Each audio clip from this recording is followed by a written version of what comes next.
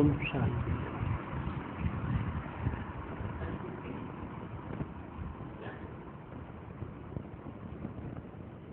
आज का प्रातः क्लास है 12 मई 1967। मीठी मीठी रूहानी बच्चों को नमस्ते। अरे उत्तर भी नहीं देते हो कि बाबा नमस्ते, क्योंकि बच्चे जानते हैं बाबा हमको ब्रह्मांड का मालिक बनाते हैं, तो विश्व का भी मालिक बनाते हैं, ब्रह्मांड के भी मालिक और विश्व के भी मालिक, और बाप तो सिर्फ ब्रह्मांड का मालिक है। तो बड़ा कौन हुआ? तुम्हारा तो डबल मालिकपना है। बच्चे बड़े ठहरे ना,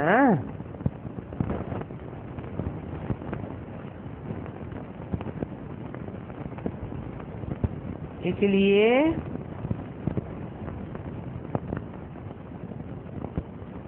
बच्चे समझकर फिर नमस्ते करते हैं कि बाबा आप ही हमें विश्व का और ब्रह्मांड का मालिक बनाते हैं। हम तो कुछ भी नहीं जानते थे।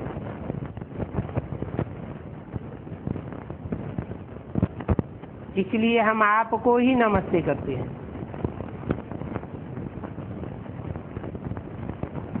मुसलमान लोग भी मालेकुम सलाम,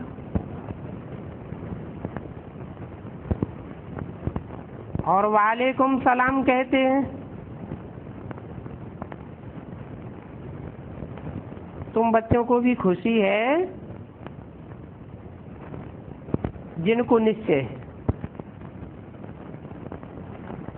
निश्चय के बिना यहाँ तो कोई आ भी नहीं सकते हैं।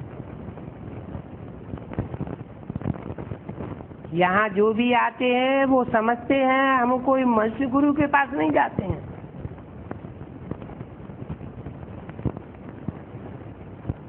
हम तो डायरेक्ट भगवान के पास जाते हैं।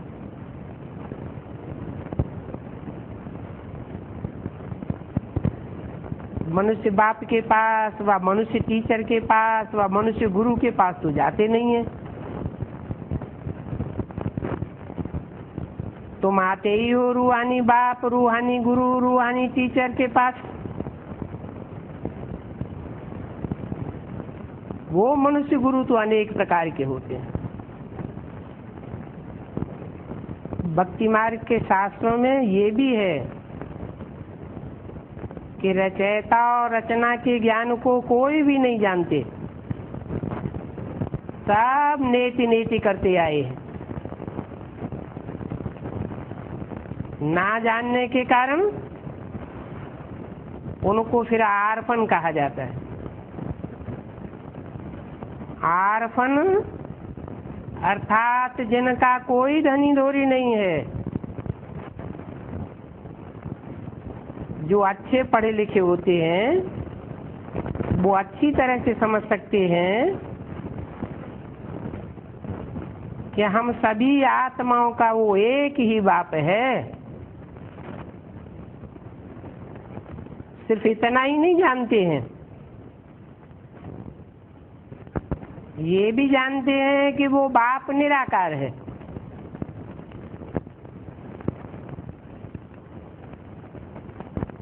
निराकार सिर्फ बिंदु रूप में ही नहीं है, वो आकर टीचर गुरु का भी रूप धारण करते हैं। टीचर के रूप में पढ़ाते हैं और गुरु के रूप में सदगति करते हैं। परंतु फिर रोला कर दिया है क्या? गीता में साकार कृष्ण का नाम डाल दिया है।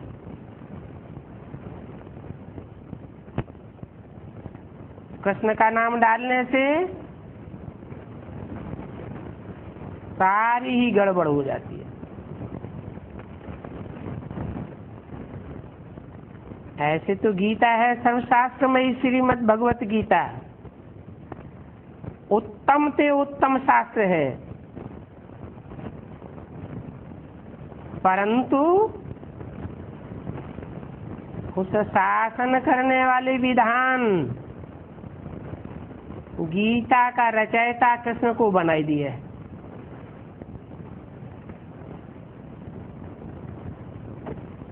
बाहर की दुनिया में ही नहीं बना दिया है। बाहर की दुनिया तो बाद में बनती है। पहले तो शूटिंग पीरियड में, रिहर्सल के पीरियड में, ब्राह्मणों की दुनिया के अंदर ही उन तथाकथित ब्राह्मणों ने, जो भक्ति मार्ग का फाउंडेशन डालने वाले हैं, उन्होंने गीता ज्ञान में दादा लेखराज उर्फ ब्रह्मा का नाम डाल दिया, जिसके लिए वो कहते हैं कृष्ण की आत्मा।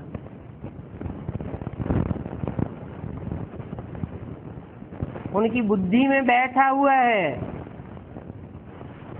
कि गीता का साकार भगवान सिवाय कृष्ण उर्फ ब्रह्मा के कोई हो नहीं सकता।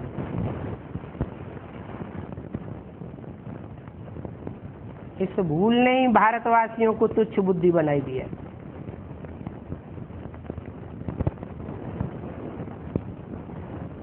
बल गीता को कहते हैं सर्वशास्त्रमयी शिरोमणि। शासन करने का उत्तम से उत्तम विधान, परंतु उस विधान को बनाने वाला गीतापति भगवान ईश्वर के बजाय साकार कृष्ण को डाल दिया।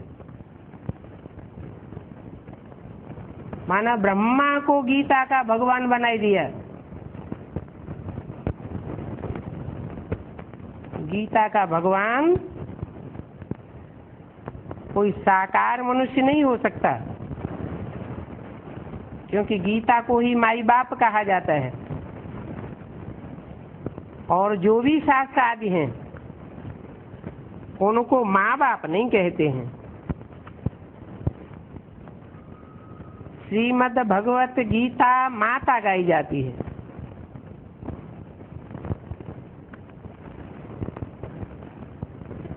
तो माता के साथ पिता भी चाहिए। कोई विधवा माता तो नहीं है।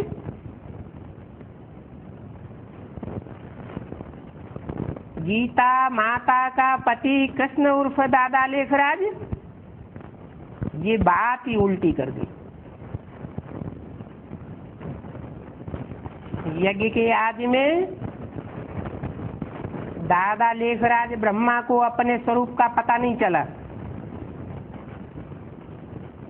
अपने साक्षात्कारों का स्वयं पता नहीं चला। वो भटकते रहे, अपने गुरु के पास भटके, वाराणसी में विद्वान आचार्यों के पास भटके।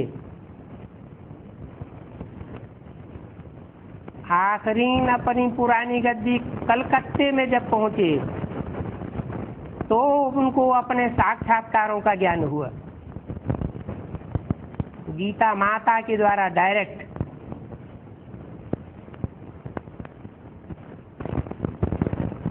तो रचयिता गीता माता हुई, दादा लेखराज जो कृष्ण की आत्मा है वो बच्चा हुई। बच्चा माँ का पति कैसे बन गया?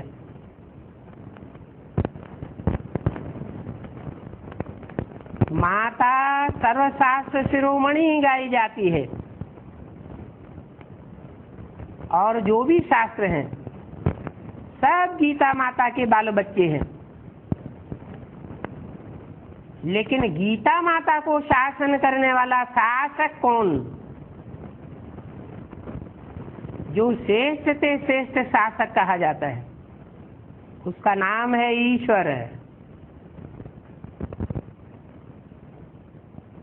ईश माना शासन करता, वर माना श्रेष्ठ। इस सारी सृष्टि में ऐसी कोई भी आत्मा नहीं है जो उससे अच्छा शासन करके दिखाए।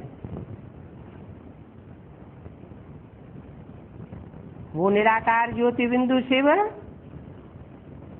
इस सृष्टि पर जब आते हैं तो मनुष्य सृष्टि के बाप राम बाप में प्रवेश करते हैं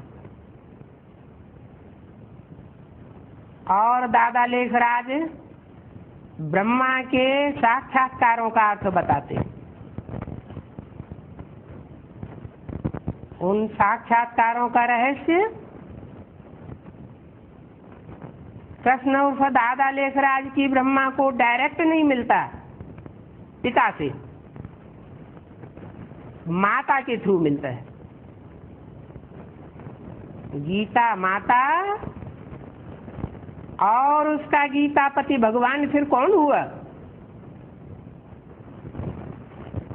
यज्ञ के आज की ही बातें हैं, बाद में फ्रिक्शन पड़ गया। स्थापना के साथ साथ यज्ञ कुंड से विनाश ज्वाला प्रज्वलित हुई। जब विनाश ज्वाला प्रज्वलित हुई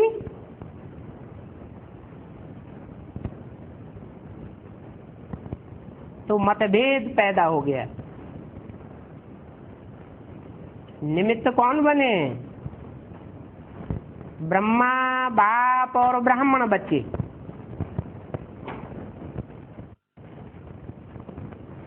जो बच्चे निमित्त बने वो सब अलग कैटेगरीज के थे।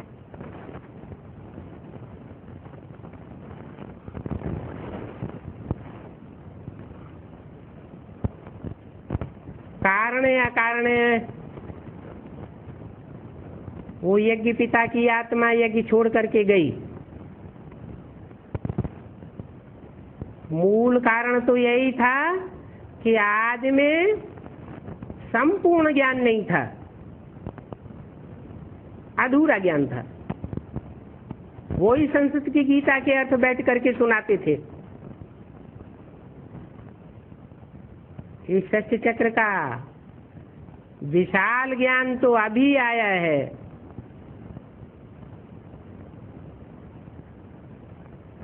जबकि वो यज्ञ के आदि की गीता माता भी चली गई।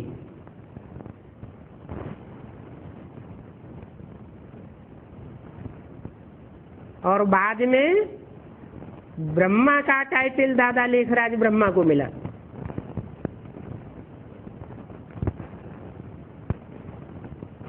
जिनको टाइटल मिला उनके द्वारा परमात्मा शिव ने गीता ज्ञान तो दिया, लेकिन गीता ज्ञान अमृत नहीं कहा जाता। अमृत तब कहा जाता है जब उस ज्ञान को मंथन किया जाए। अमृत पीकर देवताएं अमर बनते हैं।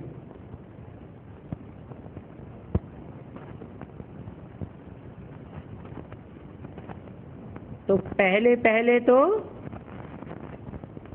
मनुष्य सृष्टि का पिता जो टाइटलधारी बनता है वो ही शरीर छोड़ देता है। इसलिए ब्रह्मा को अमर नहीं कहा जाता। अमर माना देवता। बाकी विष्णु और शंकर को तो देवता कहा जाता है। मूर्तियां बनती हैं, मंदिर बनते हैं, पूजा होती है।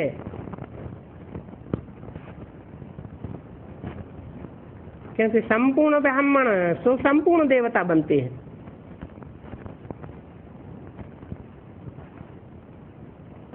ब्रह्मा के द्वारा, यज्ञ के आदि में जो भी दूसरे दूसरे धर्मों की आत्माएं थी,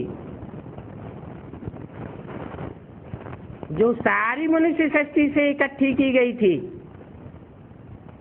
नई दुनिया का फाउंडेशन डालने के लिए,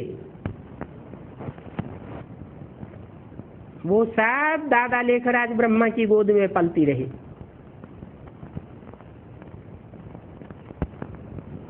यज्ञ के आदि की माताओं ने भी ब्रह्मा को सपोर्ट किया। यज्ञ पिता राम बाप को सपोर्ट नहीं किया। राम बाप और उसके सूर्यवंशी बच्चे सब यज्ञ से जुदा हो गए। कौन पलते रहे? ब्रह्मा की गोद में चंद्रवंशी पलते रहे, इस्लाम वंशी पलते रहे, बौद्धी वंशी पलते रहे, हर धर्म की आत्माएं पलती रही। लेकिन मूल बीज जो थे वो चले गए।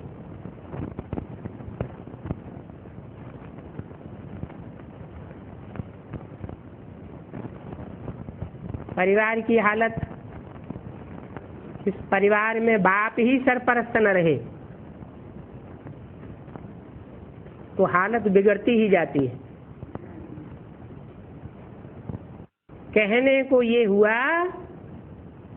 कि सन 47 में डुप्लीकेट स्वर्ग स्थापन हो गया। हिंदुस्तान पाकिस्तान की लड़ाई लगी,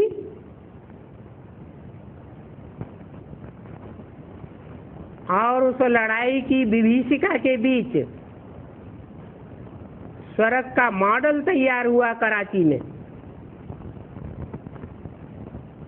हिंदू मुसलमानों के बीच खून की नदियां बह रही थी हिंदुस्तान पाकिस्तान में, और उस नरक की दुनिया के बीच स्वर्ग का छोटा सा मॉडल वहां तैयार हो गया, जो बड़े आराम से रहे पड़े थे। लेकिन वो मॉडल अल्पकाल का था, सदाकाल का मॉडल नहीं था। जैसे अजमेर में उसकी यादगार दिखाई जाती है भक्ति मार्ग में, स्वर्ग का मॉडल बना हुआ है। ब्रह्मा की मूर्ति वहां पंडे पुजारियों के द्वारा पूजी जाती है। बाहर से आने वाले श्रद्धालु कोई उसको नहीं मानते। जैसे कि भक्ति मार्ग में आज भी ब्रह्मा की पूजा नहीं होती। माउंट आबू में सिर्फ माउंट आबू में रहने वाले ही ट्रांसलाइट का चित्र बना करके ब्रह्मा की पूजा करते हैं, भगवान मानते हैं।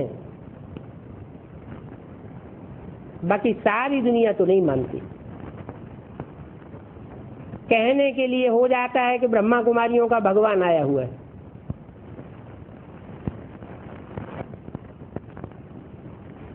सारे विश्व का पिता नहीं।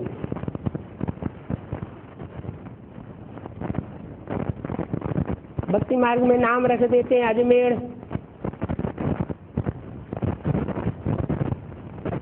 अज माने बकरा, मेढ़ माने मेढ़ा, भेड़ बकरियों का देश, जिनकी खासियत होती है कि एक भेड़ बकरी जिधर जाएगी उसके पीछे सारा झुंड जाएगा।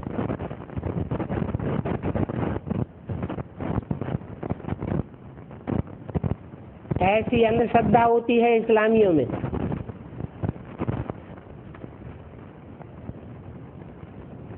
जो भी विधर्मी हैं उन विधर्मियों में सबसे मुख्य धर्म और पुराना धर्म और पावरफुल धर्म, विदेशी और विधर्मी धर्म इस्लाम धर्म है।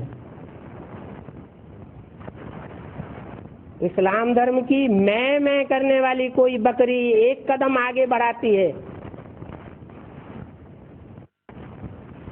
तो सारे के सारे फॉलोअर्स उसको अनुगमन करते हैं। ये माउंट आबू की यादगार अजमेर में बनी हुई है।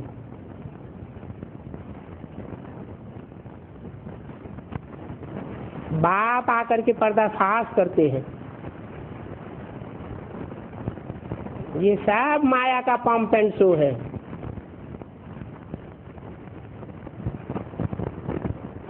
बल विदेशी लोग वर्ल्ड मॉडल का टाइटल दे देते हैं, लेकिन वर्ल्ड मॉडल का टाइटल दे देने मात्र से सारे विश्व के ऊपर वसुधैव कुटुंबकम की छाप लगाते हुए सारे विश्व का शासन नहीं हो सकता।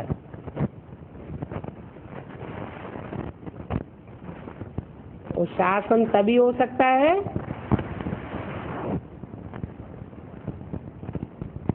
जब विश्व की धात्री माता गीता माता के दिल पर शिव शंकर भोलेनाथ की छाप पड़े।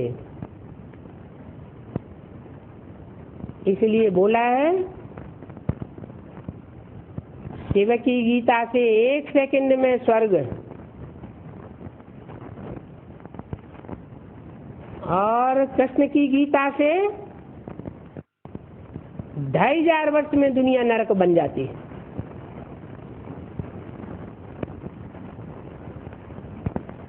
ये शूटिंग पीरियड की बात है।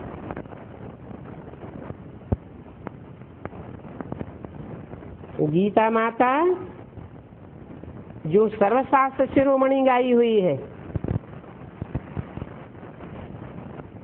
आज में भी थी।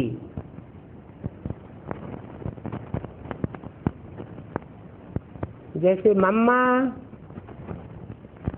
और बाबा, दादा लेखराज और ओम राधे,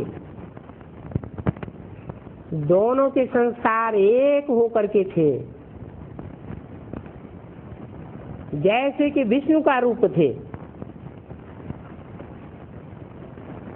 ऐसे यज्ञ के आदि के फाउंडेशन में वो गुप्त पिता और गुप्त माता,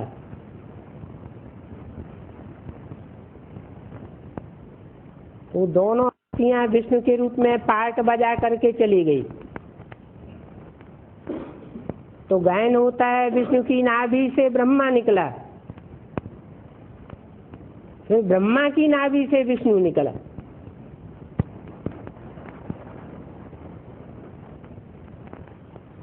विष्णु रूप तब प्रत्यक्ष होता है जब 10 साल की घोषणा जो मुरली में की गई थी वो प्रैक्टिकल में साबित होती है ब्राह्मणों की दुनिया के अंदर, जिसमें बोला गया था 10 वर्ष के अंदर पुरानी दुनिया का विनाश और नई ब्राह्मणों की दुनिया का संगठन प्रत्यक्ष हो जाएगा। सन 76 में वो दोनों आत्माएं लक्ष्मी नारायण के रूप में प्रत्यक्ष हो जाती है, जिनके लिए बोला गया इन लक्ष्मी नारायण का जन्म कब हुआ? आज से 10 वर्ष कम 5000 वर्ष हुआ। जब ये 10 वर्ष की घोषणा की गई थी माउंट आबू से ब्रह्मा मुख के द्वारा कि आज से 10 वर्ष कम 5000 वर्ष हुए जब इन्हें लक्ष्मी नारायण का जन्म हुआ।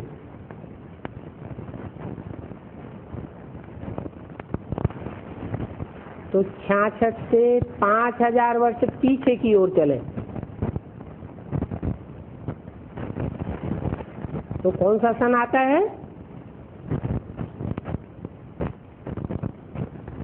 वही 1966 आता है, 5000 वर्ष पीछे,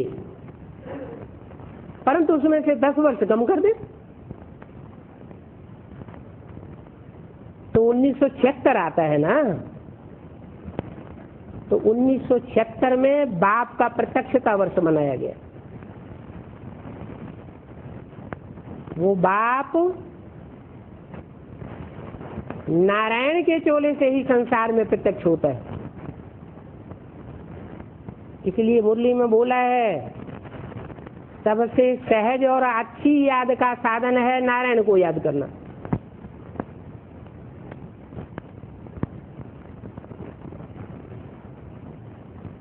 मनुष्य जीवन का लक्ष्य है नारायण बनना, नर से। इससे ऊंचा पद कोई होता ही नहीं। ऊंच से ऊंच को याद करेंगे तो ऊंच ही बनेंगे।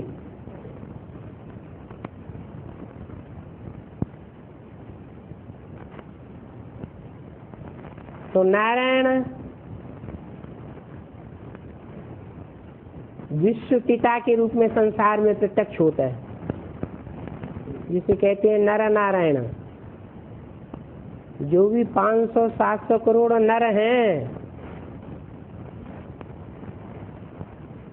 उनका पालन करता।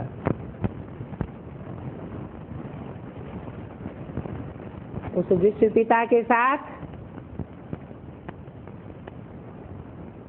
विश्व की माता जगत जननी भी प्रत्यक्ष होती है, लेकिन बुद्धि रूपी क्षेत्र में प्रत्यक्ष होती है। वो तीसरी मूर्ति है। पहली मूर्ति ब्रह्मा, जिसने सहन शक्ति का पार्ट बजाया। दूसरी मूर्ति शंकर, जो बीज रूप ब्राह्मण आत्माओं की दुनिया में विश्व पिता का पार्ट बजाता है। और तीसरी मूर्ति है वैष्णवी देवी, जो यज्ञ के आदि में भी विश्व पिता के साथ ही थी।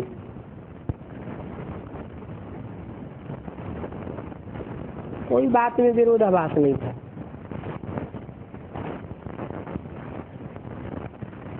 बाद में जब दूसरे धर्मों की आत्माएं यज्ञ में आ गई तो विरोधाभास पैदा हुआ। तो 1976 में लक्ष्मी नारायण की प्रत्यक्षता रूपी जन्म ज्ञान के आधार पर प्रत्यक्ष हो जाता है।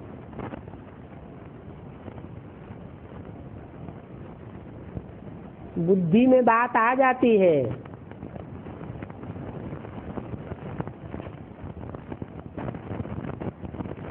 कि सिर की गीता जब प्रत्यक्ष होगी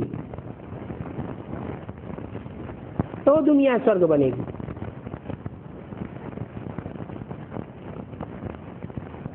जिस गीता के ऊपर कृष्ण की छाप होती है, अर्थात यज्ञ के आदि से ही दादा लेखराज कृष्ण की छाप होती है, उस गीता से ब्राह्मणों की दुनिया में स्वर्ग नहीं बन सकता। बल ये भी निश्चित है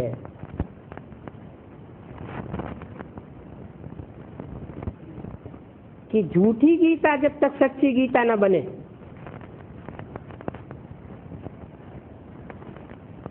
तब तक दुनिया का भी कल्याण नहीं हो सकता।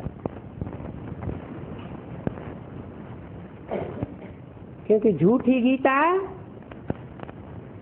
को पल्यूट करने वाले मनुष्य गुरु ही है।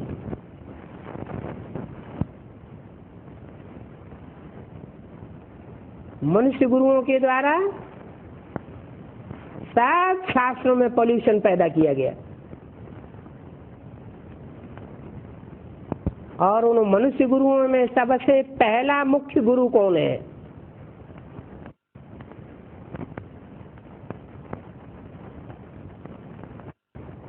किसे कहेंगे?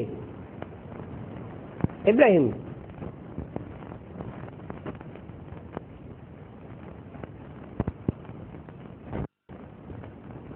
इब्राहिम अगर पहला मुख्य गुरु हो, जो अपन को शिवो हम समझ करके बैठ जावे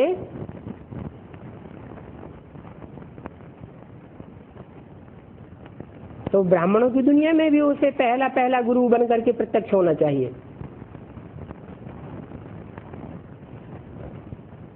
लेकिन वो पहले प्रत्यक्ष नहीं होता। अहम ब्रह्मास्मि, अहम शिवो अहम, मैं ही भगवान का स्वरूप हूँ, मैं ही गीता का भगवान हूँ, ये आवाज इस्लाम धर्म के इब्राहिम की नहीं है। क्योंकि 2500 वर्ष के भक्ति मार्ग में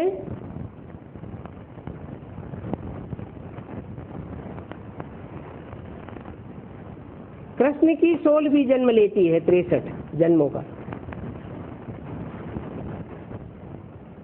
और 63 जन्मों में गीता का भगवान किसको माना जाता है? दादा लेखराज कृष्ण की सोल ओ ब्रह्मा को। ये संगम युग की शूटिंग की बात है। अब तक भी बेसिक नॉलेज के ब्राह्मणों की दुनिया में दादा लेखराज को ही गीता का साकार भगवान के रूप में मान्यता दी जा रही है। और जो ब्रॉड ड्रामा का 63 जन्म है, द्वापर कलयुग के गिरती कला के जन्म, उनमें भी कृष्ण की आत्मा के दिल में ही सबसे जास्ती ये विश्वास बैठता है कि गीता का भगवान मैं हूं।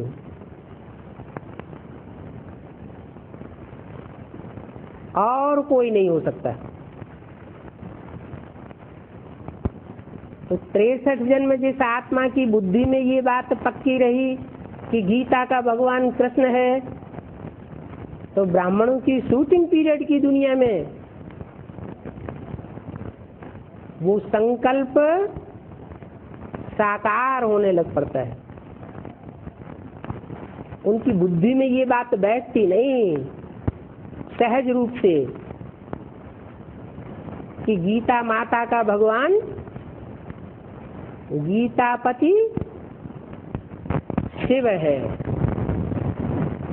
जो इस सृष्टि पर मनुष्य सृष्टि के पिता राम बाप में पहले पहले प्रवेश करता है।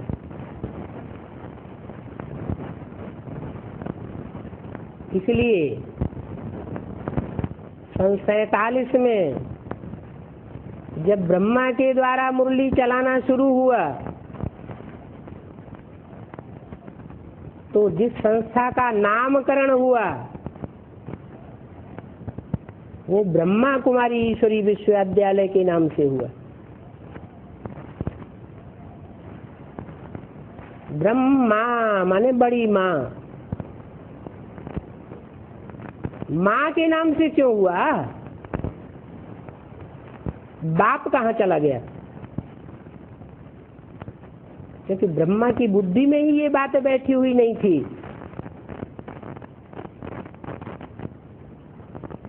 कि हमारा साकार में गुरु वास्तव में कौन था।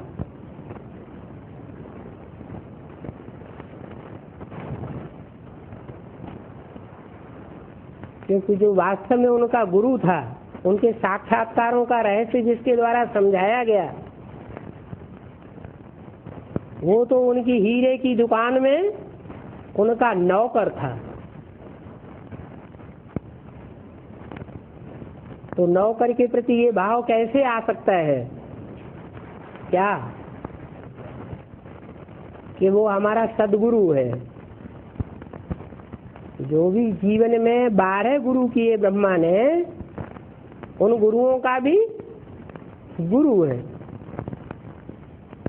सिर्फ इतना जानते थे, बहुत होशियार है और बहुत सच्चा है, और सब गुरु झूठे।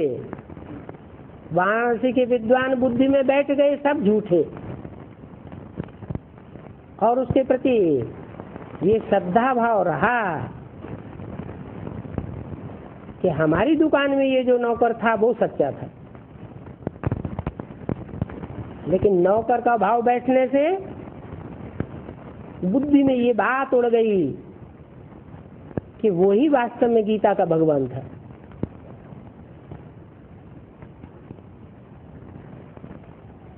इसलिए मुरलियों में सन 66 से आना शुरू हुआ, जब मम्मा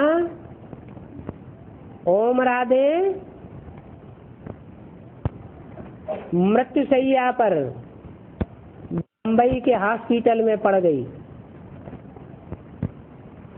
तब ब्रह्मा को भी एहसास हुआ थोड़ा थोड़ा कि यज्ञ में सारे ही बिच्छू टिंडन भरे पड़े, इनमें एक भी हमारे काम का नहीं है।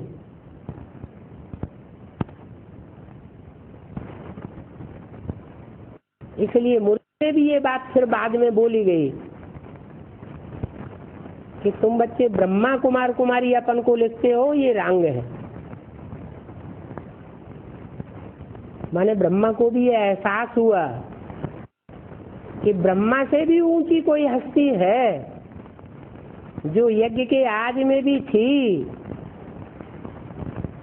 और अभी भी इस यज्ञ की वातावरण पर छाई जाने वाली है। इसलिए नाम डलवाया प्रजापिता ब्रह्मा कुमारी ईश्वरी विश्वविद्यालय। उसके पहले के जो छपे हुए 4 चित्र हैं, उनमें से 2 पहले पुराने जो चित्र त्रिमूर्ति, गोला और झाड़ का चित्र, इसमें अभी भी देखा जा सकता है कि ब्रह्मा कुमारी ईश्वरी विश्वविद्यालय लिखा हुआ है, प्रजापिता शब्द उसमें नहीं है। 66 के बाद जो चित्र बनवाए गए, लक्ष्मी नारायण का चित्र और सीढ़ी का चित्र, उसमें वो प्रजापिता शब्द पड़ा हुआ है। लेकिन ब्रह्मा की स्मृति में फिर भी पक्का ये नहीं बैठा कि वास्तव में प्रजापिता वही था क्या, क्योंकि मुरली चलाने वाला तो शिव की सोल, ब्रह्मा तो स्वयं मुरली नहीं चलाता था। तो मुरली में ये बात जरूर बोली गई कि प्रजापिता शब्द ऐड होना चाहिए, लेकिन ब्रह्मा कुमार कुमारियों ने अपने नाम के आगे आज भी प्रजापिता लगाना उचित नहीं समझा।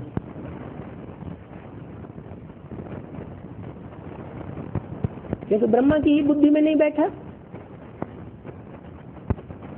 आज भल ब्रह्मा की सोल सूक्ष्म शरीर के रूप में बेसिक नॉलेज के ब्राह्मणों की दुनिया की परवरिश कर रही है, लेकिन अभी भी उनकी बुद्धि में ये पक्का नहीं बैठा है कि गीता का भगवान कृष्ण के अलावा कोई दूसरा हो सकता है। और जब तक उनकी बुद्धि में ये गुत्थी नहीं सुलझी है, तब तक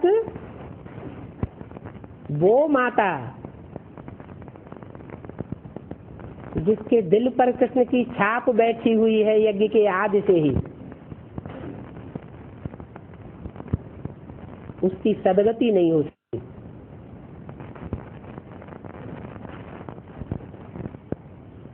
माता गुरु नहीं बन सकती विश्व की,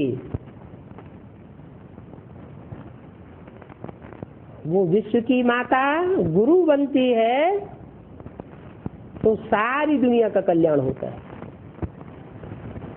एक के पतित बनने से सब पतित बन जाते हैं। तो माता का पतन कब से हुआ?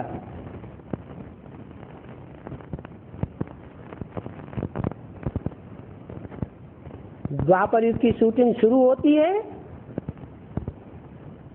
और उस माता का पतन शुरू हो जाता है।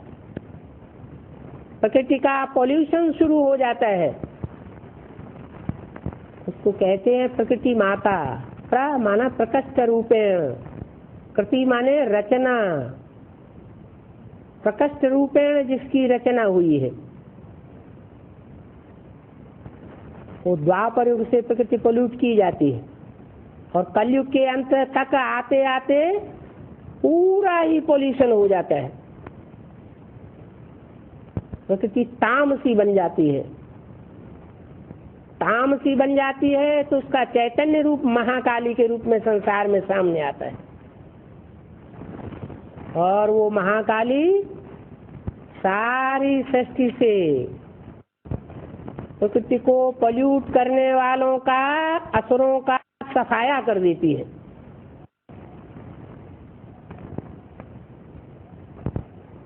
तब आंख खुलती है। प्रकृति को पॉल्यूशन करने वालों की आंख खुल जाती है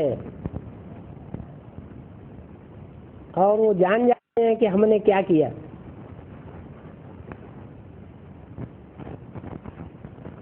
गीता माता और गीतापति भगवान कृष्ण को मान करके कितना बड़ा भारी जंजाल फैला दिया।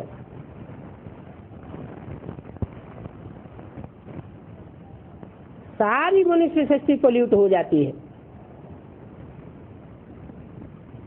वो संस्कृत की गीता में भी लिखा हुआ है,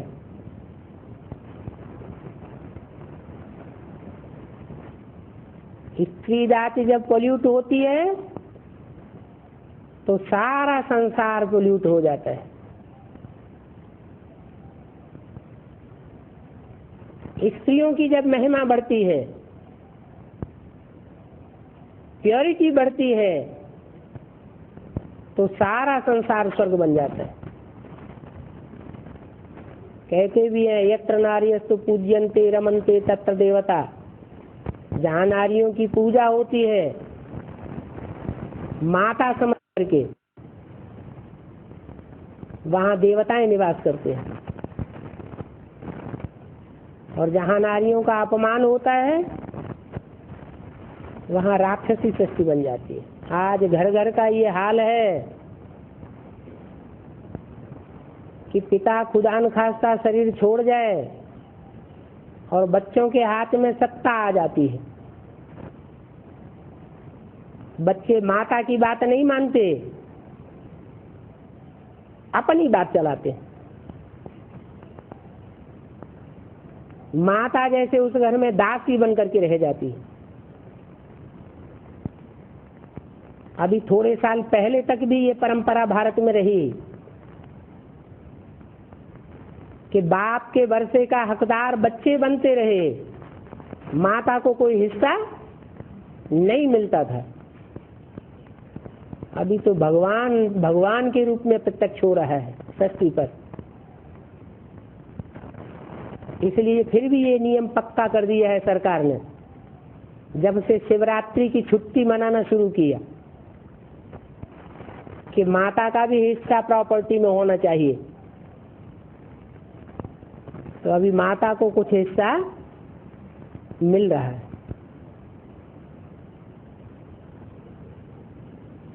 माताओं कन्याओं को भी हर प्रकार की नौकरी में उनको हिस्सा दिया जा रहा है।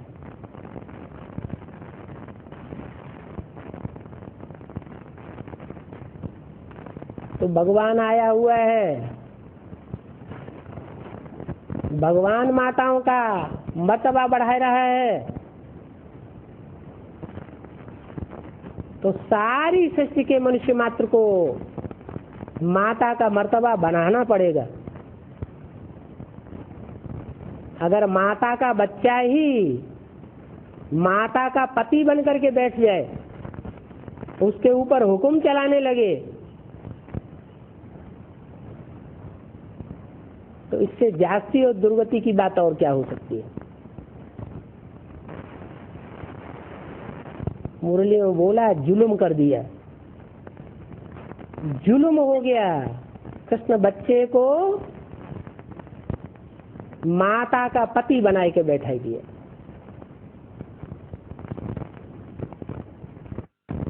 अब ये मूल भूल जब खलास हो जाएगी, समाप्त हो जाएगी, तो दुनिया सुधरने लगेगी। पहले पहले किसकी बुद्धि में से खलास होना चाहिए है? कृष्ण उर्फ दादा लेखराज की बुद्धि में से ये बात निकल जानी चाहिए कि गीता का भगवान निराकार शिव शंकर भोलेनाथ है, कृष्ण की आत्मा नहीं है।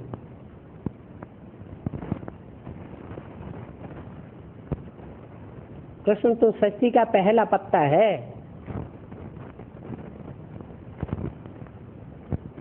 वो बीज नहीं है।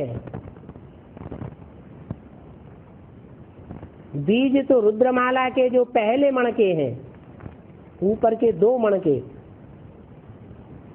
एक माता के रूप में बीज और एक पिता के रूप में। वो ही विश्व के माता पिता हैं।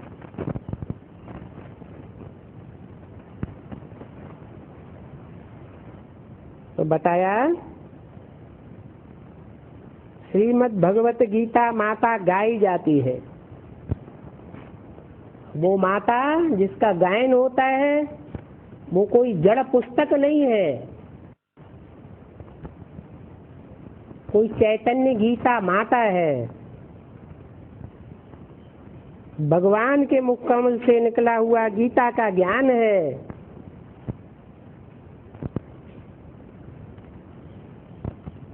यज्ञ के आदि में भी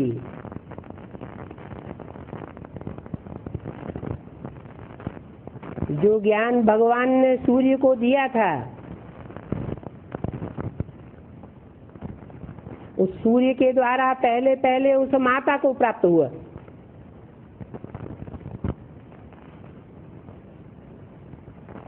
वो माता जगत जननी गाई जाती है। ऊंच से ऊंच बात है तो जरूर फिर वो भी ऊंच से ऊंच की ही गाई हुई होगी ना। गाया जाएगा, महिमा गाई जाएगी तो मुख से गाई जाएगी या बिंदु निराकार के द्वारा गाई जाएगी? मुख से गाई जाएगी। तो गीता हो गई सर्वशास्त्र शिरोमणि।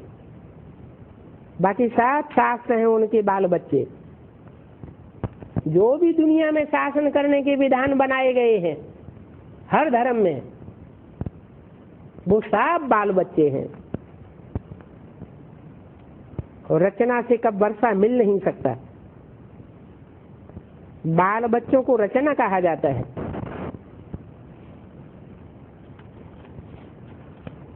रचयिता से ही वर्षा मिलता है।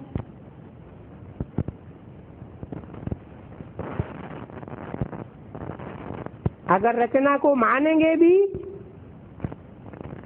तो अल्पकाल के लिए मानना पड़े। दूसरे इतने ढेर शास्त्र हैं जिनको पढ़ने पर अल्पकाल का सुख मिलता है। एक जन्म के लिए सुख मिलता है। और ये तो भगवान की गाई हुई गीता है। इससे 21 जन्मों का अनवरत सुख मिलता है।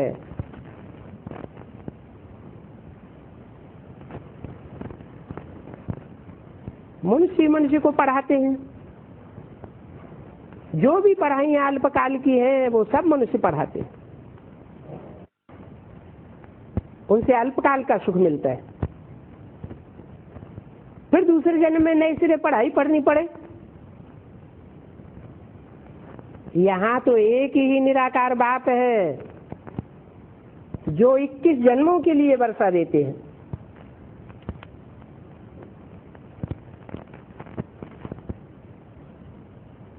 कोई मनुष्य तो नहीं दे सकता।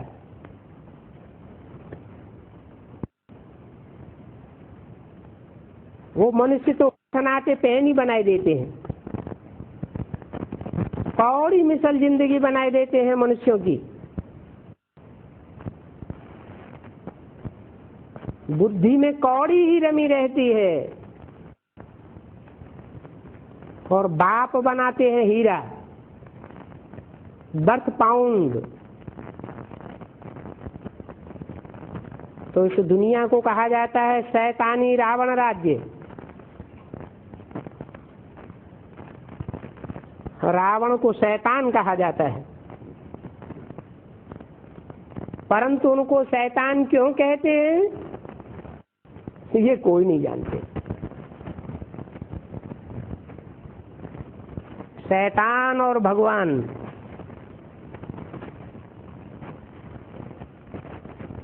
अब देखो गवर्नमेंट कहती है कि छूत अछूत निकाल दो,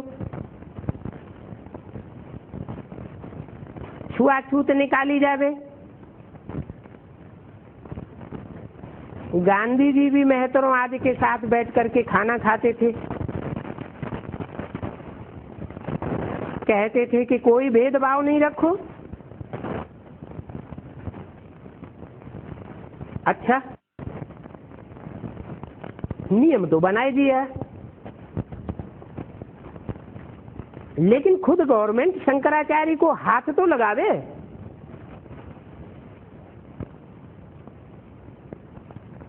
नहीं लगा सकती, छू भी नहीं सकते। प्राइम मिनिस्टर आदि सब लोग जाकर के उनके आगे नमन करते हैं,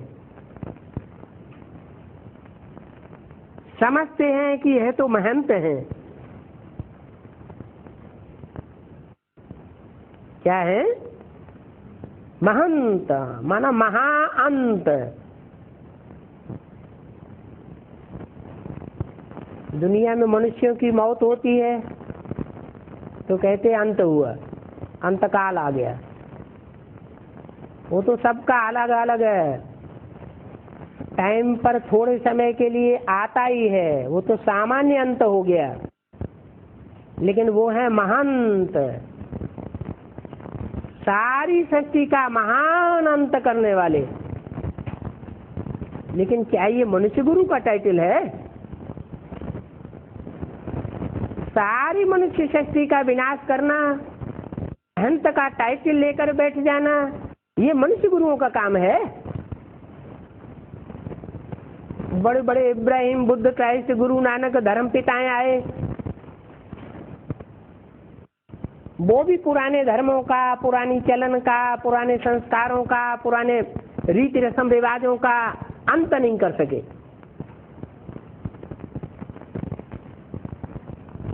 खुद ही इस दुनिया में मिट्टी में मिल करके रहे, नीचे गिरते चले गए, दुनिया का परिवर्तन करने के निमित्त नहीं बन सके। कि महंत का टाइटल तो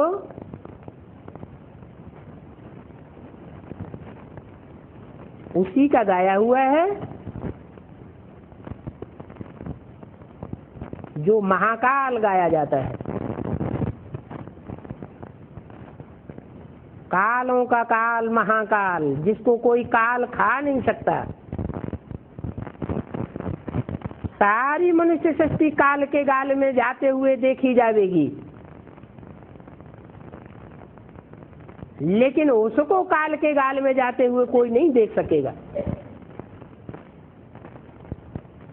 ये उसका टाइटल है महंत, मनुष्य गुरुओं का टाइटल नहीं है।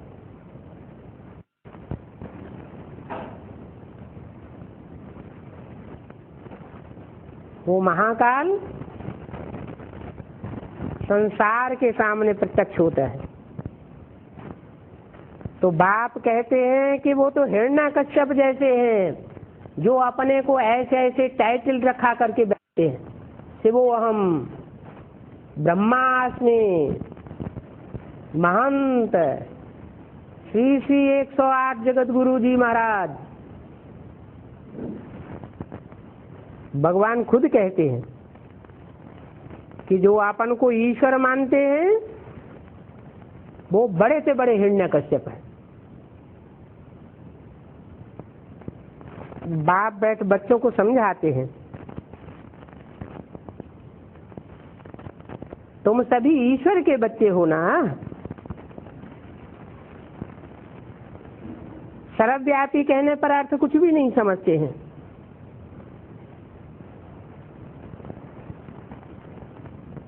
ईश्वर कहा जाता है तो उसका अर्थ ही होता है ईश माना शासन करने वाला, वर माना श्रेष्ठ। शासन करने वालों में श्रेष्ठ ते श्रेष्ठ, उसको कहा जाता है ईश्वर। तो श्रेष्ठ ते श्रेष्ठ तो एक ही होगा या सर्वव्यापी होगा? सब में परमात्मा है तो फादरहुड कहा जाता है। सब फादर ही फादर है तो फिर सुख शांति का वर्षा कहाँ से मिलेगा? बेहद का फादर तो एक ही होगा ना, सर्वव्यापी कैसे हो सकता है? सर्वव्यापी हो तो किसी का दुख कौन हरेगा? भगवान को तो कहते हैं दुख हरता सुख करता।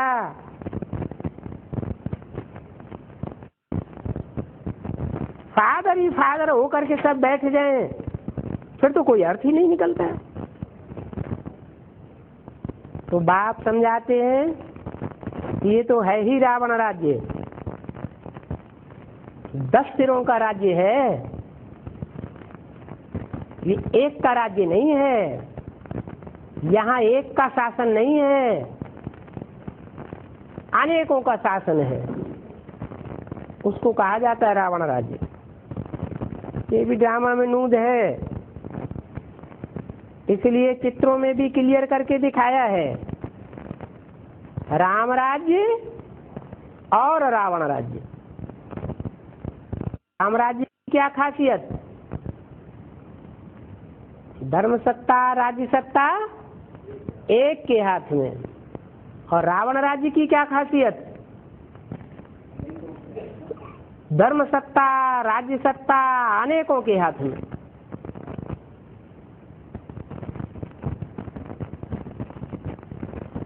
अनेक की मत पर चलने से बनता है रावण राज्य, और एक की मत पर चलने से बनता है राम राज्य। इसलिए चित्रों में क्लियर करके दिखाया भी हुआ है। तुम बच्चों को बुद्धि में है कि हम पुरुषोत्तम संगम युग पर हैं।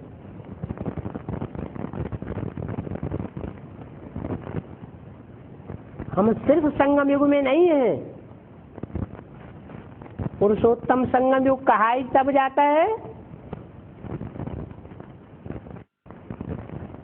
जब पुरुषों में उत्तम बनने वाला सत्य रूपी रंगमंच पर प्रत्यक्ष होने लगता है। कब से प्रत्यक्ष होता है? 1976 से, जब से 10 साल की घोषणा का ऐलान किया हुआ था, तब से पहले पहले ब्राह्मणों की बुद्धि में बैठना शुरू होता है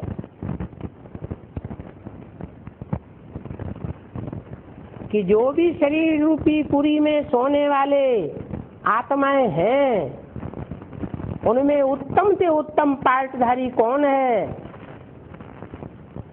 वो ब्राह्मणों की बुद्धि में बैठ जाता है। समझते हैं कि बाप पुरुषोत्तम बनाने के लिए आए हुए हैं।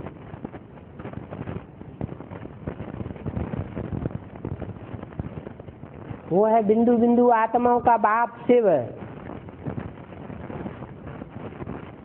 जो आकर के पुरुषों को उत्तम देवता बनाता है। जैसे बैरिस्टर्स डॉक्टर्स आदि पढ़ाते हैं, तो जैसे पढ़ाने वाले होते हैं वैसे ही मर्तबा पाने वाले होते हैं। समझते हैं कि इस पढ़ाई से हम फलाना बनेंगे। यहाँ तो तुम सत्य के संग में बैठे हो। इस दुनिया में सब असत्य हैं, झूठे हैं। सत्य तो सिर्फ एक ही है जिसकी सत्यनारायण की कथा गाई हुई है। सत्य लक्ष्मी की भी कथा नहीं गाई जाती। अगर वो भी सत्य हुई होती 100% तो उसकी भी कथा गाई जाती। गॉड इज ट्रुथ कहा जाता है, गॉड इज वन कहा जाता है। सत्य एक होता है, बाकी सब सत्य साबित हो जाते हैं। उस सत्य बाप से ही तुम सत्य धाम में जाते हो। तुमने चित्र भी बनाया हुआ है सीढ़ी का, उस चित्र में दिखाया गया है कि सब आत्माएं उस सत्य बाप के साथ परम धाम में रही है। कौन सा चित्र है? झाड़ के चित्र में ऊपर शंकर का चित्र दिखाया हुआ है, जिसको संसार के लोग शिव शंकर भोलेनाथ के रूप में याद करते हैं। शिव शंकर मिला के एक कर देते हैं।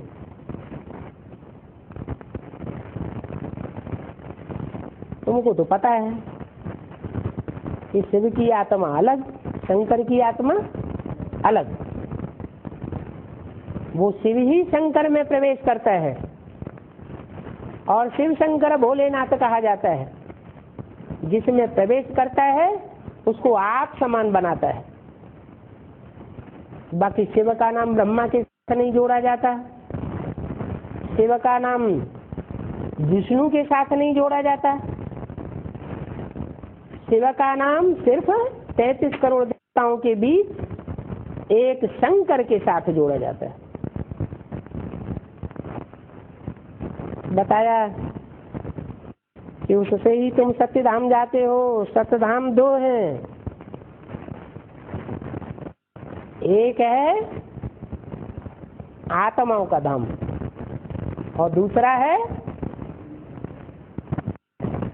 देवताओं का धाम। मनुष्य ही ऊंचे उठते हैं, देवता बन जाते हैं। ओम शांति।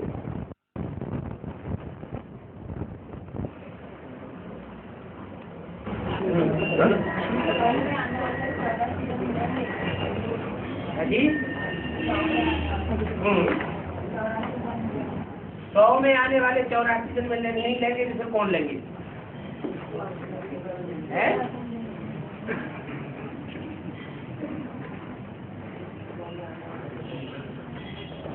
जब 100 में आने वाले 84 जन्म नहीं लेंगे तो कौन लेंगे?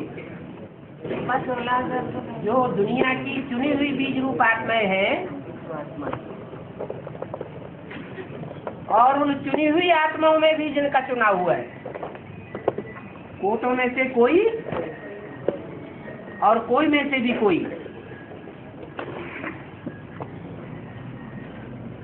हर धर्म में 108 की माला या 100 की माला घुमाई जाती है। सब उनकी मान्यता करते हैं।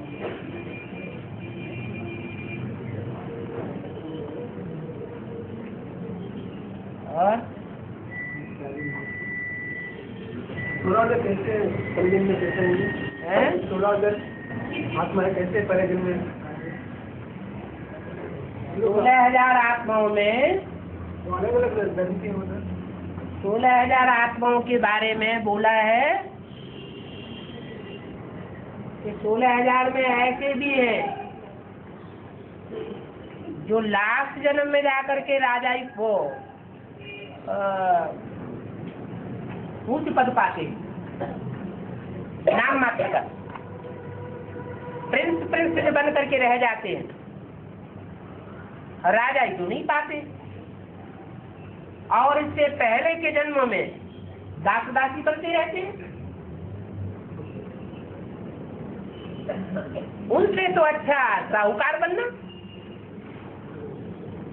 साहूकारों के घर में ढेर सारे दास दासी होते हैं, तो साहूकार बनना अच्छा है या दास दासी बनते रहना अच्छा? 108 के लिए तो नहीं बोला। 108 के लिए बोला, 100 के लिए बोला कि 100 की 108 की माला में आने से अच्छा है साहूकार बनते रहना है। साहूकार बनना फिर भी अच्छा है, दास दासी अक्षर ही खराब है। साहूकार प्रजा कभी राजा बनते, कभी कभी बनते हैं। जो ज्यादा पुरुषार्थ करते हैं, बहुत ज्यादा पुरुषार्थ करेंगे तो जन्म जन्मांतर राजा बनते हैं। 21 जन्म के आधार पर 63 जन्मों का भी हिसाब बनता है। कम पुरुषार्थ करेंगे तो 1-2 जन्म के राजा बनेंगे। राजा तो बनेंगे, प्रिंस बन करके तो नहीं रह जाएंगे। बाबा बिंदु रूपी अवस्था और सुषुप्ति, सुषुप्ति अवस्था, सुषुप्ति हाँ जी, और बिंदु रूपी अवस्था है। इसमें अंतर क्या? सुषुप्ति, स्वप्न और साकार। लौकिक दुनिया में 3 प्रकार की अवस्थाएं होती हैं। साकारी अवस्था में देह की याद रहती है, देह के संबंधियों की याद रहती है, देह की दुनिया याद आती है। और स्वप्न अवस्था में भी देह की याद आती है, देह की दुनिया याद आती है, लेकिन प्रैक्टिकल में याद नहीं होती, स्वप्न मात्र है। और तीसरी अवस्था है सुषुप्ति अवस्था। वो लौकिक दुनिया की बात हुई, कुछ याद नहीं रहता। उठेंगे, आंख खुलेगी, अगर रात्रि है तो घड़ी देखना पड़ेगा। ये नहीं पता चलेगा कि हम कितनी देर सोए, कुछ याद नहीं रहता। और अलौकिक दुनिया में साकारी, आकारी और निराकारी, ये 3 अवस्थाएं हैं। लेकिन अंतर क्या है? साकारी अवस्था होती है तो देह और देह के संबंधी याद आते हैं, लेकिन बीच बीच में बाप और बाप का ज्ञान भी याद आता है।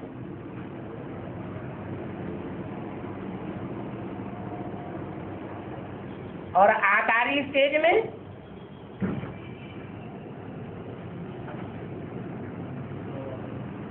साकारी दुनिया याद नहीं आती, ज्ञान का मनन चिंतन मंथन चलता है, सेवा की प्लानिंग चलती है और नई दुनिया याद रहती है। नई दुनिया के नजारे बुद्धि में आते हैं। और जो निराकारी अवस्था है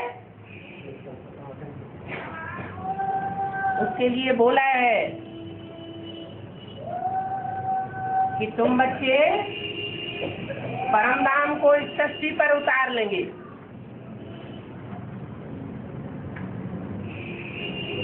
तो ऐसा ब्राह्मणों का संगठन होगा जहाँ बाप और हम बच्चे होंगे। देह की स्मृति नहीं होगी,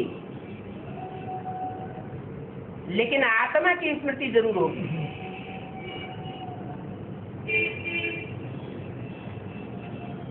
और बाप की स्मृति भी हो सकती है। मैं आत्मा ज्योति बिंदु और मेरा बाप भी ज्योति बिंदु स्वरूप, निराकारी, निर्विकारी, निरहंकारी स्टेज वाला, ये याद रहेगा और कुछ याद नहीं रहेगा। तो सुषुप्ति अवस्था दुनिया की अवस्था और अलौकिक ब्राह्मणों की दुनिया में निराकारी स्टेज,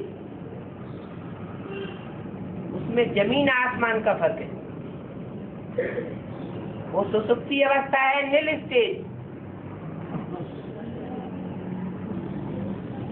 ये ब्राह्मणों की निराकारी स्टेज नील स्टेज नहीं है, ये बीज रूप स्टेज है। और ज्योति अवस्था, सूर्य अवस्था क्या होता है? तुरीय अवस्था में रहने वाला सिर्फ शिव ज्योति बिंदु है, उसे सदा शिव कहा जाता है। आत्माएं उस तुरीय अवस्था में नहीं रह सकती सदा काल के लिए, वो तुरीय पाशधारी है, वो सदा काल के लिए अभोक्ता है, अकर्ता है, अजन्मा है, अशोचिता है। हम आत्माएं सदा काल के लिए अशोचिता, अभोक्ता, अकर्ता नहीं बन सकते। और जन्मों के आधार से वैसे जन्म बनते हैं, तो इस जन्म में जो करते हैं उसका आधार से एक जन्म बनते हैं और उसके आधार से वैसे जन्म बनते हैं। तो जब सचिव में अगर स्थिति होती है, कर्म अगर होते हैं, तो उसके आधार से वैसे जन्मों का जैसे होता है। यहाँ संगम युग में सदा काल के लिए कर्म अकर्म बनते हैं क्या? कर्म होते हैं ना, युग में कर्म अकर्म होते हैं, उसको यहाँ की स्थिति के आधार पर। यहाँ जब बाप की याद रहती है, निराकारी स्टेज रहती है, मनन चिंतन मन की स्टेज रहती है, तो अच्छी शूटिंग होती है सत्युग त्रेता की। और जब यहाँ खराब अवस्था होती है तो कहाँ की शूटिंग होती है? द्वापर कलयुग की शूटिंग हो जाती।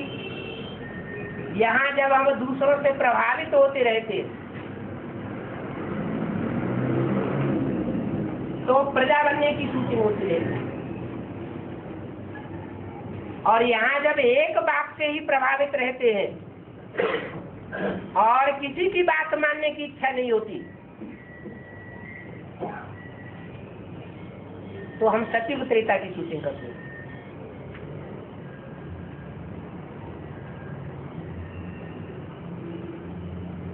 कीमत पर चलते हैं तो 21 जन्मों की प्रारब्ध बनाते हैं, मनमत या मनुष्य मत मिक्स करके चलते हैं, तब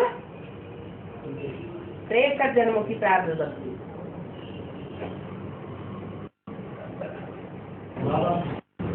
शिव अगर दुनिया पे आकर के रचना रचती है, शिव अगर दुनिया पे आकर के रचना रचती है, तो उसमें सबसे श्रेष्ठ रचना विष्णु होता है या जगदम्बा होता है या लक्ष्मी होता है? शिव बाबा आकर के जो रचना रचते हैं, उस रचना में श्रेष्ठ रचना वो कही जाएगी जो ऐसा पुरुषार्थ करने वाली है कुछ समय तक, जो लगातार चढ़ती कला का पुरुषार्थ हो, उतरती कला का पुरुषार्थ न हो। तो जगदम्बा, लक्ष्मी या सतयुगी कृष्ण, इनमें कौन सा ऐसा पाठधारी है जो लगातार चढ़ती कला का पुरुषार्थी हो? एक बार चढ़ती कला हो जाएगी तो उतरती कला नहीं होगी, जब तक इस दुनिया का विनाश न हो जाए। कौन सा पाठधारी है वो? जगदम्बा सारे जगत की अम्बा है क्या?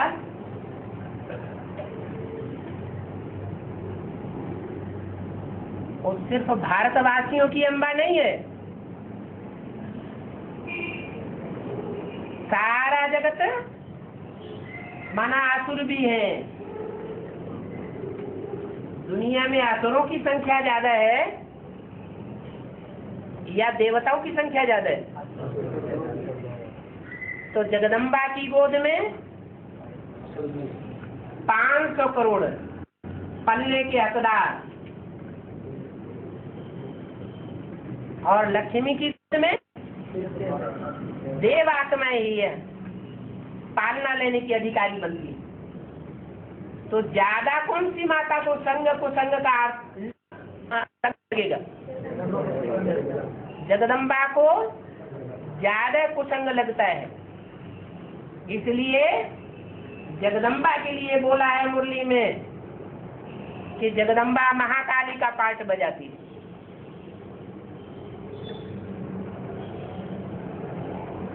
और लक्ष्मी महागौरी का पार्ट बजाती है। श्रेष्ठ संग रहेगा तो श्रेष्ठ पार्ट। बाप ने लक्ष्य दिया है नर से नारायण और नारी से लक्ष्मी, वो लक्ष्य ही श्रेष्ठ है। नारी से जगदम्बा बनने का लक्ष्य नहीं दिया है, नर से सतयुग का कृष्ण बनने का लक्ष्य नहीं दिया है, नर से डायरेक्ट नारायण बनने का लक्ष्य दिया है। सतयुग का कृष्ण पहले प्रिंस बनेगा पुरुषार्थ करने के बाद में नारायण बनेगा। तो ये लक्ष्य बाप का दिया हुआ नहीं है। और समय देगा और ध्यान और याद में अंतर क्या है? दीदार माने देखना, दीदा दीदा कहते हैं आँख को, आँख की पुतली को। दीदार माने आँख से जो देखा जाए। कोई कोई साक्षात्कार में जाने वाले खुली आंखों से साक्षात्कार भी करते हैं, उसको दीदार। इन आंखों से देख। और ध्यान तो मन की चीज है, आंखें बंद होती है, साक्षात्कार करते हैं। और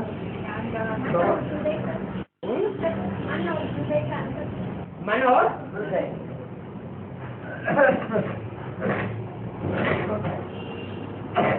दिल और दिमाग दो चीजें कही जाती हैं। बुद्धि कहो और दिल कहो, दिल कहो या मन कहो,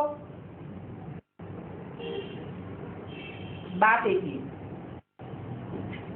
लेकिन हमारा दिल आ गया इस व्यक्ति के ऊपर या इस वस्तु के ऊपर। ये व्यक्ति या ये वस्तु हमें हासिल जरूर करनी।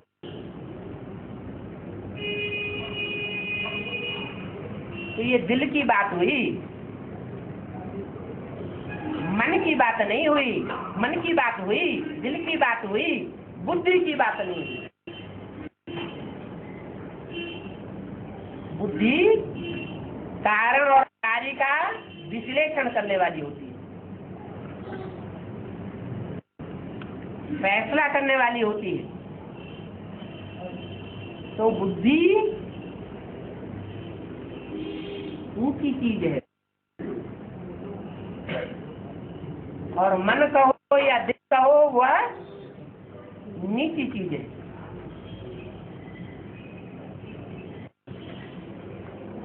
बुद्धि का परिवर्तन पहले होता है या मन का परिवर्तन पहले होता है? मन का परिवर्तन।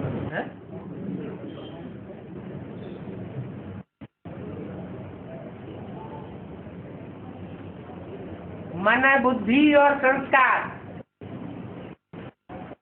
आत्मा के 3 कार्य करता है। शिव परमात्मा के भी 3 कार्य करता है। ब्रह्मा रूपी मन, विष्णु रूपी संस्कार और शंकर रूपी तीसरा नेत्र, बुद्धि का नेत्र, तीसरा नेत्र।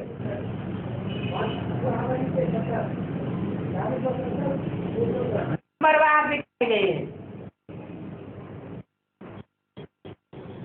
नीचे मन, उसके ऊपर संस्कार, और संस्कार के ऊपर भी बुद्धि। संस्कार कब परिवर्तन होंगे?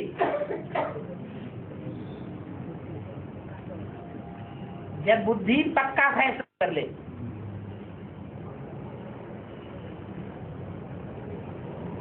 हिलने डुलने वाला नहीं।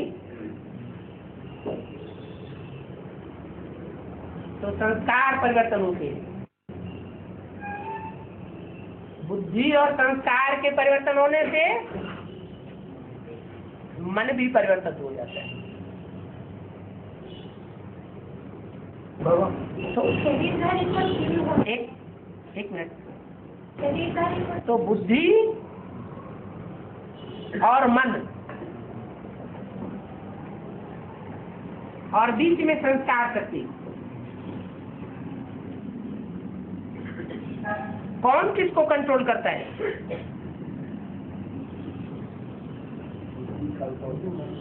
बुद्धि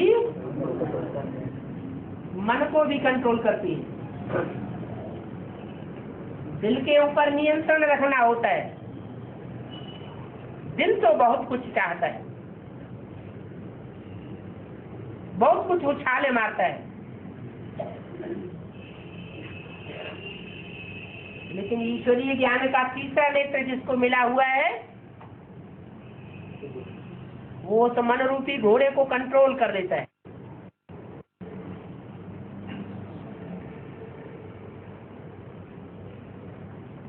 तो दिल है नीचे की ओर और बुद्धि है ऊपर की ओर। शरीर का भी तो होता है और दिमाग का